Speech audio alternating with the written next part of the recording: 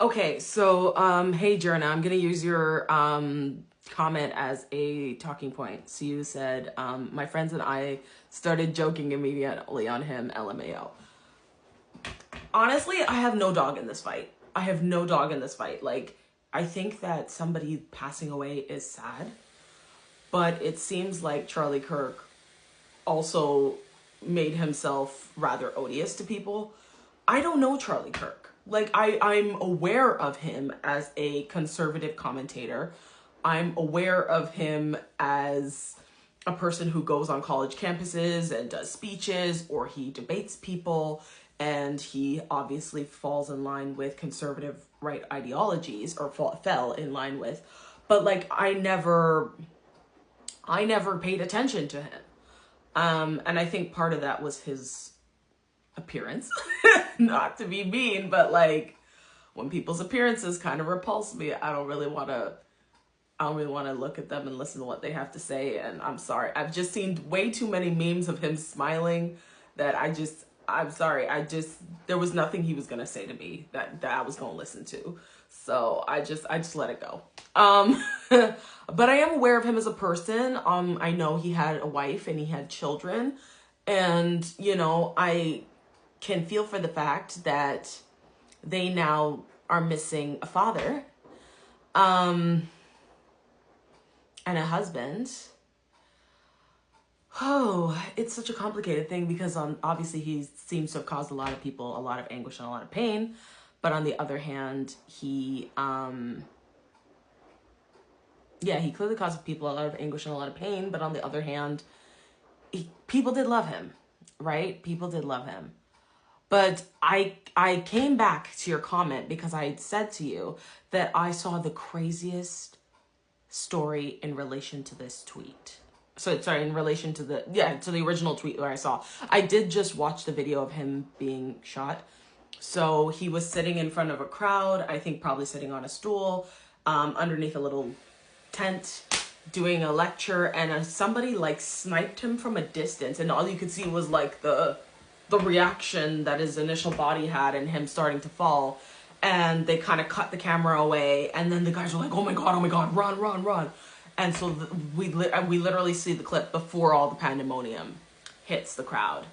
That was probably a terrifying experience for them too, having to not only see somebody pass on or be injured like that by a malicious force, but also not knowing if you're next, because that could have been a mass event, and clearly it was a targeted event. So they're looking for who did it, and hopefully they find that person and bring them to justice. Whatever you feel about him, vigilante justice is not necessarily legal, so that person will eventually face a court of law. But now that I've gotten that, I have to talk about this article that I just saw on Twitter. Well, I didn't just see it. I saw it, but by the time I saw it, like, I was literally heading into the pool, so I was going to cover it afterwards. But Jezebel, the magazine, the feminist magazine, is currently in hot water. I have not heard about them since the 2010s when they and BuzzFeed were like dominating the media landscape. But this article is going to haunt them for a while. And this could be good for engagement, or it could be bad because maybe people will target them for very nefarious reasons. Let me pull it up. Okay, so apparently 2 days before Charlie Kirk passed on, this article was published on Jezebel. So I'm going to put myself up at the top. I screenshot this on my phone, so that's why it's a bit bigger than normal. So I'm reading off my iPad. So it says, we paid some Etsy witches to curse Charlie Kirk. It says, if the far-right misogynist with a bad haircut wants to villainize independent women, Jezebel is more than happy to be the hag of his nightmares. By Jezebel. Interesting that they didn't put the author's name. And this was published September 8th, 2025 at 12:49 p.m. Just in case the record button is kind of in the way, I'm going to pull up my screenshots on my phone so that way we can follow along. Okay, the slide goes. The internet has ruined me in 1,000 ways, but one of its strangest gifts is that I can now buy a curse as easily as I can buy a phone charger. On the mystical site Etsy, you can find a spell for just about anything. Don't want it to rain on your wedding day? There's a spell for that. Want the man who cheated on you to develop an incurable rash or premature balding? The Etsy coven has you covered. But the internet has its downsides. Exhibit A, Charlie Kirk. Maybe it's his obsession with telling women what to do or his aggressively large head. But the far-right podcaster's presence is more irritating than most. That's when I remembered. There's Etsy. These days, witches cater to more than just personal grudges, and it's not uncommon for them to channel their energy towards thwarting Republicans. There's even a subreddit devoted to casting nightly hexes on Trump. To be honest, it might be working. Anyway, back to the article. Are you interested in punishing Kirk for the years of regressive rhetoric he's shouted at America's youth and anyone within earshot? Here at Jezebel, we're about to find out if there's a spell for that. Next slide. Who is Charlie Kirk? If you've never heard of him, brackets, I envy you, he debates college kids for sport, pops up on Fox News, and founded the right-wing conspiracy theory factory Turning Point USA. Billed as a, quote, nonprofit, Turning Point is less about charity and more about funneling far-right propaganda into dorm rooms under the guise of, quote, educating young voters. Through these various ventures, Kirk has transformed into a reliable pawn, parroting Project 2025 talking points and championing the owning of the libs. He's basically a fake news vending machine with a terrible haircut.